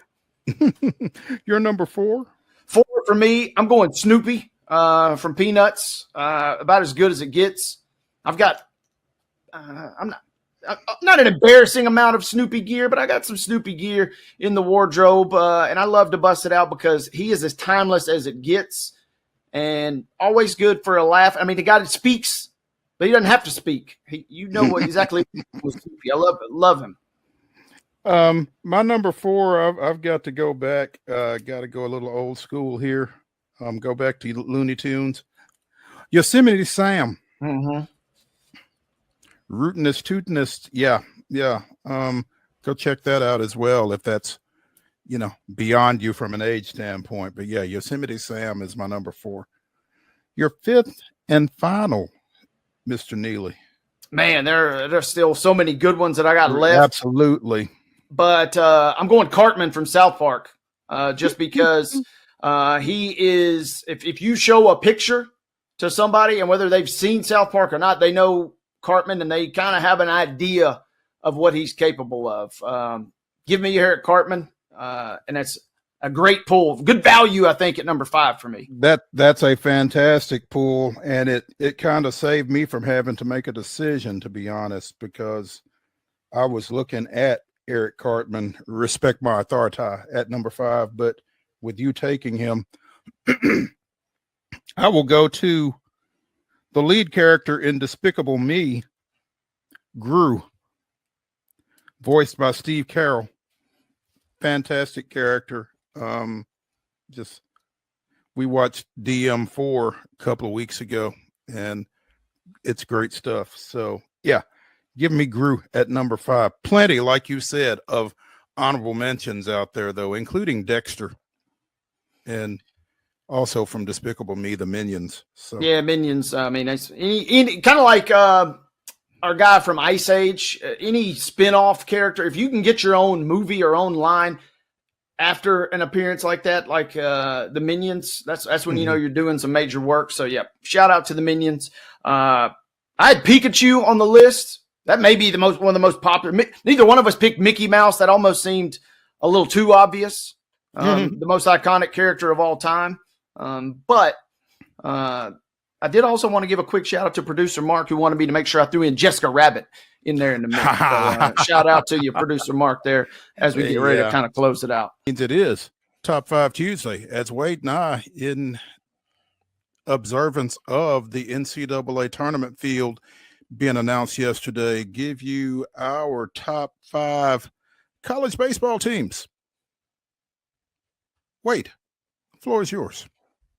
I'm going to start us off, Mo. And initially, this was said teams we've seen, and I will preface, I have not seen most of these teams on this list. Matter of fact, I might not have been alive when one or two of these teams were playing. But based on what I've heard, based on what I've watched on television, at least, I feel decent enough to maybe give us I'm not the biggest college baseball guy or baseball by any means, but I'll do my best. And so with that being said, I don't want anybody coming for me. Number 1 pick, clear cut, 2024 Tennessee. Don't come for me, Vol Twitter, please. I don't think that's a bad. That's an act of self-preservation more than anything. I think you'll be okay with that. I mean, obviously, one of the few teams to win the SEC regular season and tournament championships, and just the run that they went on. Obviously, they had to survive some stuff once they got out to Omaha, but they did win a national championship and the first Tennessee team to do so. So it's kind of tough to argue with that one. Good team. Christian Moore, our guy Kavaris, obviously. They even had your boy Dean Curley named the all World Series team last year. So, I mean, they were loaded. He must have been swinging a mean stick. No. Yeah, that Tennessee team was pretty amazing. I'm going to go back to another Tennessee team, though. The 1995 Tennessee team that went to the College World Series did not win it, went 2-2, in fact, but they had a Baseball Hall of Famer and a Cy Young Award winner in Todd Hilton and R.A. Dickey on that squad. And what was probably one of the college baseball teams that I had paid the most attention to that point, and actually was fortunate enough to go out to Omaha and cover that team in the World Series. So there may be a little bias as far as that goes, but yeah, we're going to okay. It's your list.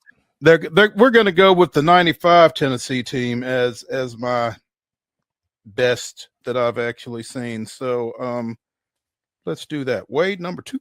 We've blanketed Tennessee, so we're good. They can't come for us by this point. With that being said, yeah, now we can really roll up our sleeves. Number 2 for me, the 99 Hurricanes, number 1 seed, still the last number 1 seed. Is that correct? Right?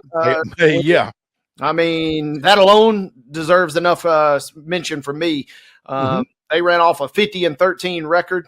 And kind of took care of business along the way. The fact that there hasn't been a number 1 seed that has done that alone is worthy of mention in my book.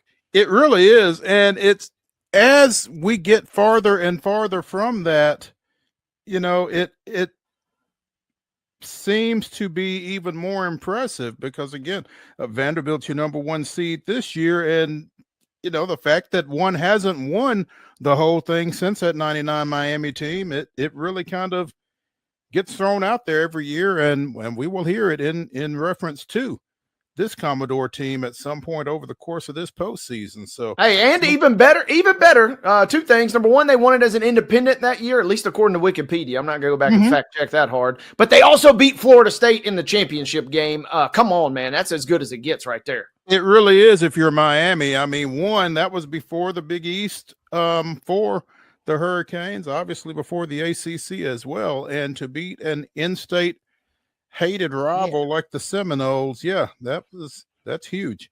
My number two, speaking of number one national seeds, is the 2007 Vanderbilt team. It was the last or the only other Vanderbilt team to earn a national number one seed, and it did not go very well as they did not get out of their own regional thanks to the Michigan Wolverines. But David Price, Pedro Alvarez, Ryan Flaherty was on that team, got some time in the majors as well. Mike Minor from Chapel Hill was on that team. I mean, star-studded roster, and they were one of a handful as well of teams to win both the SEC regular season and the SEC tournament. So that's you just don't see that very often. And I think as that conference continues to grow, you're going to see it less and less often. But that team was that was probably one of the biggest what ifs in local sports. What if they could have gotten out of Nashville in the NCAA tournament that year?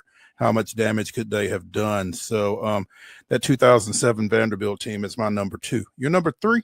Number three for me, still recency, so you can accuse me of bias, but I got the goods to back it up. 2023 LSU, yeah, they had the number one overall pick. Yeah, they had the number two overall pick. They had 13 players drafted, but you know what number I'm talking about. I'm talking about nearly 70,000 Jell-O shots. You rack up that many shots, you put up that many dingers, and you win it all. That's about as good as it gets right there. Give me LSU 23. LSU showing some versatility with that 2023 team. I'm going to go with the 1996 LSU team that won the national championship on the swing of Warren Morris. And I was actually watching this game on TV.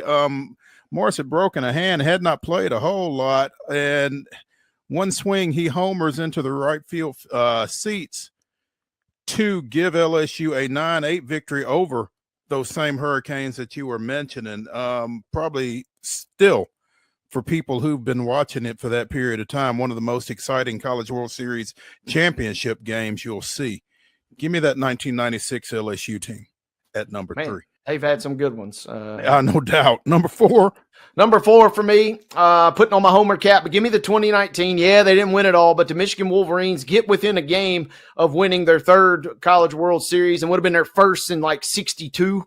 Had a hell of a run, won that first one, but they had no answer for Vandy down the stretch. But it was still one impressive effort. And I don't know that they'll get back to that, especially the way the Big Ten has expanded and things have kind of worked against them in the last couple of years. But 2019, they could almost taste the trophy, but couldn't quite pull it off. Give me that 2019 Vanderbilt team as my number four. J.J. Bleday was on that team. He's playing Major League Baseball. Austin Martin has been in the majors. I mean, they had so much talent on that squad. And, of course, they did win the national championship. So that is my number four, the 2019 Commodores. Number five. Number five for me, I had LSU on this list early, and I got an LSU team on this list now, but it ain't the one you guys are thinking. Our LSU Shreveport, I'm going ahead and calling my shot, kind of like Babe Ruth. They're 56-0 after they defeated Hope International earlier today out in Lewiston, Idaho. They are about a win, maybe two away from completing an undefeated season and winning the 2025 NAIA title. Give me LSU Shreveport. There you go. I like it. I like it. My number five, the 2003 Rice team winning the first and only national championship in that program's history. 58-12. They won 30 straight at one point. 8 guys went on to play Major League Baseball.